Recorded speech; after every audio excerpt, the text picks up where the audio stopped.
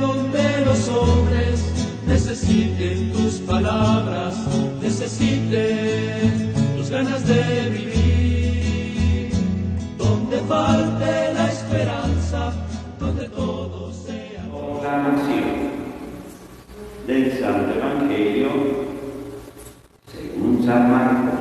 En aquel tiempo Jesús entró en la sinagoga, donde había un hombre que tenía herida una mano. Los fariseos estaban espiando a Jesús para ver si curaba en sábado y poderlo acusar. Jesús le dijo al tullido: levántate y ponte allí en medio. Después les preguntó: ¿qué es lo que está permitido hacer en sábado? ¿El bien o el mal? ¿Se le puede salvar la vida a un hombre en sábado o hay que dejarlo morir?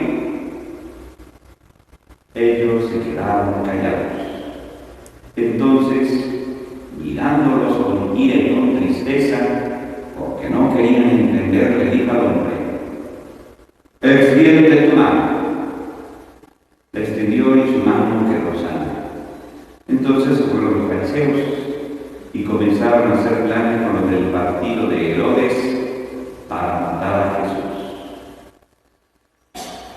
Palabra del Señor.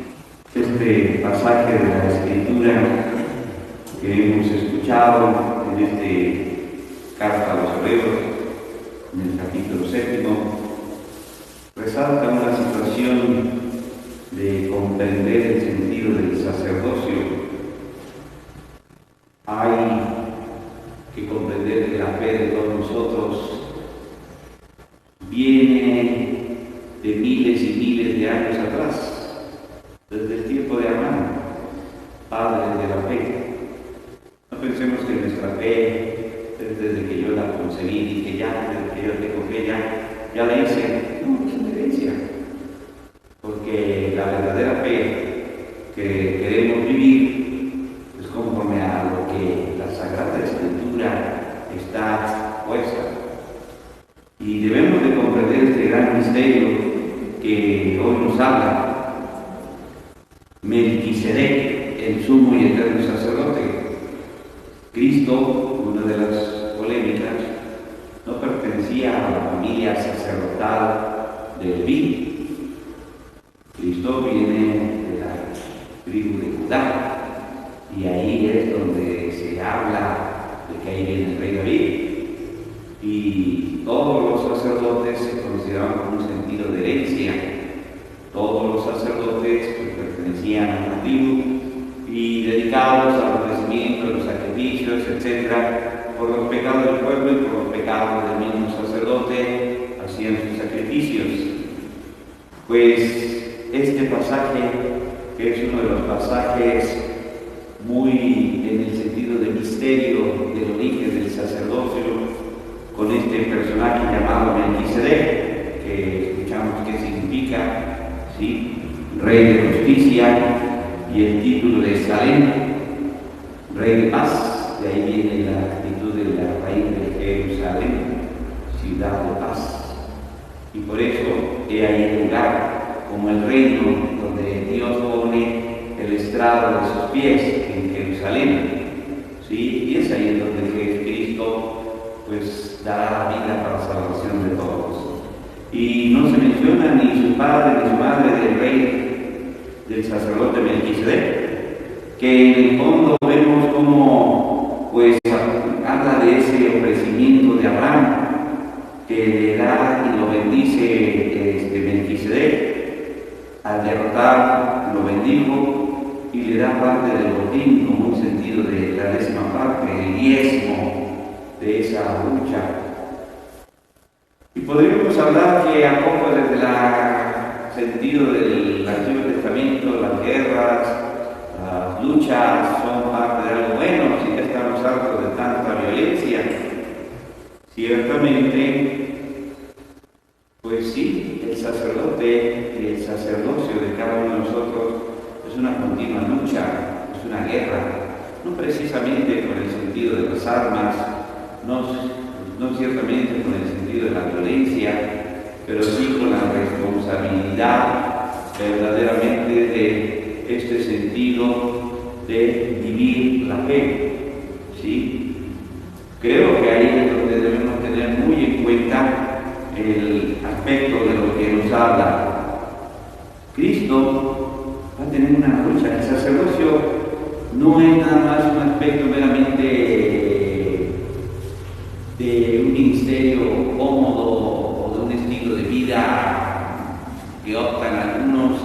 El sacerdocio de Cristo, Él es el sumo sacerdote, y de ahí todos los ministros, los sacerdotes, pues somos ministros, servidores de ese sacerdocio único de Cristo, el único sacerdote, ¿verdad? Y por eso ahí fuimos constituido esa vocación y asumir en el sacerdocio todas las cosas que Cristo vivió, pues eso es lo que es la guerra del sacerdote, librar muchas veces el anuncio de esa palabra de Dios que te acarrea luego problemas. Cristo, en el pasaje que hemos escuchado, por curar a un hombre, pues va a tener problemas, le dará la salud y él asumirá las consecuencias. Y esto es lo que vemos ante una actitud de que parecería una rebeldía. ¿Qué es más importante, la ley o la vida? Pero es la ley de Dios, no es la ley cualquiera. ¿Y cómo comprender lo que los escribas y fariseos en esa sinagoga consideran que la sinagoga de Capernaum se da ese momento de un juego de miradas, podríamos decirlo así? La mirada de Jesús, la mirada del paralítico tullido y la mirada de los escribas y fariseos. Y hay diferentes tipos de mirada. Los fariseos estaban espiando para ver si curaba. Hay miradas para espiar, para estar nada más viendo lo malo. Ese tipo de miradas perversas, de estar buscando qué hace, cómo lo hace, por qué lo hace, y ese tipo de estar viendo la paja en un ojo ajeno y no vemos la viga que tenemos. Cuidado, es una de las cosas que a veces creemos como que Dios se puede haber equivocado, Dios no puede haber hecho esto, hasta nos volvemos jueces de Dios para criticar y decir esto no está bien, Dios se equivocó en esa circunstancia. Y por eso Cristo pone ahí enfrente, le dice al paralítico de la mano unida, levántate, ponte allí en medio. Tú eres la consecuencia. Estamos aquí en el sábado, día del Señor, día de la sinagoga, y ¿qué hay que hacer? ¿El bien o el mal? ¿Dejarte morir o salvar a una persona?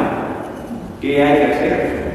Y el aspecto de que se quedaron callados, no involucrarse, porque a veces quedarte callado es quedarte muy bien con todos, sea hasta con tus enemigos, y el sacerdocio de Cristo no es quedar bien con todos. El sacerdocio y el cristiano no es tratar de llevarte bien con todos. A veces trae una polémica, unas dificultades, y nuevamente dice Jesús aquí en el San Marcos, mirándolos con ira y con tristeza, porque no querían entender, con ira.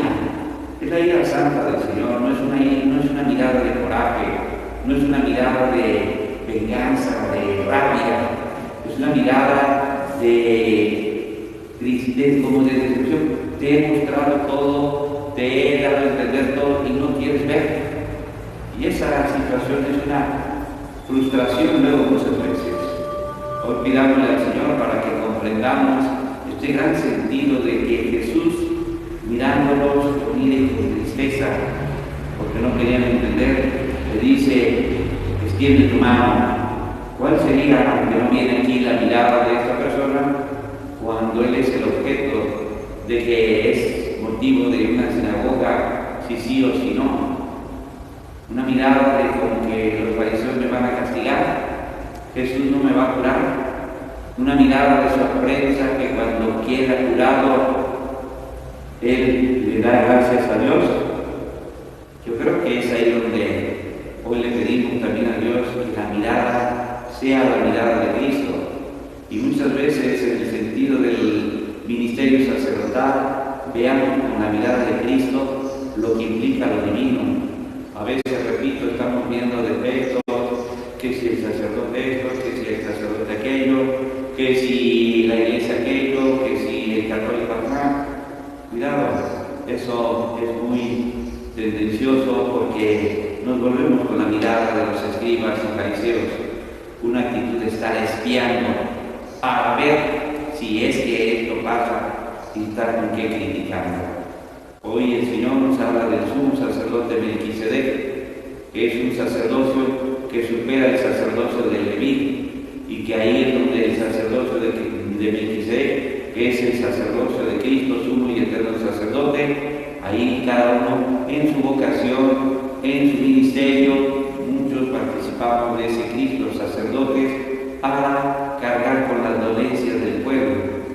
¿Qué cargó este hoy Jesús al curar? Pues que cargó los problemas, porque desde ahí empezaron a buscar cómo matarlo.